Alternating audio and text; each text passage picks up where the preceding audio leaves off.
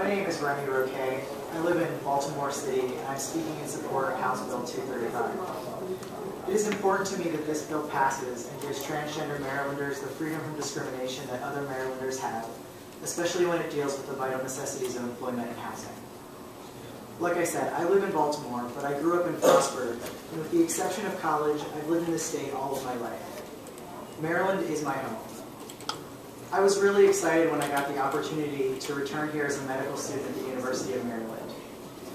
It's nice to be in a familiar environment and close to family when you are going through the stress and exhaustion that comes with being a medical student. I would be lying though if I said I wasn't worried about my job prospects for after graduation and residency.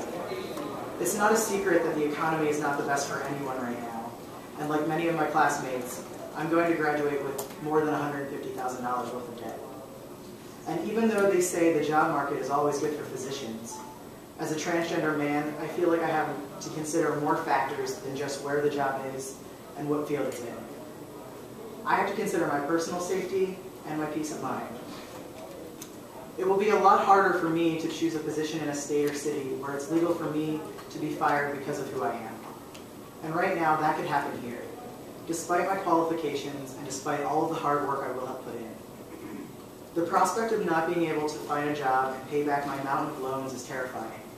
But more than the financial cost, there is the fact that as a doctor in training, I'm learning the art of being a physician. And part of that is treating every patient that I encounter with the same dignity and respect.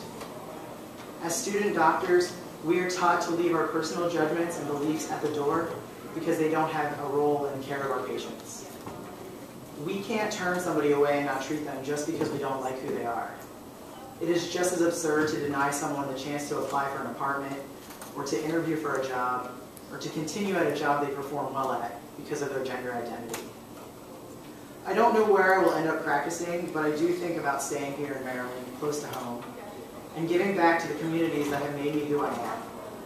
But in order to do that, I have to be able to be who I am, completely and fully, without fear of discrimination. Passing House Bill 235 is not only important to the transgender community, but to the state of Maryland as a whole. All Marylanders deserve to live free from discrimination and fear. I thank you for your time.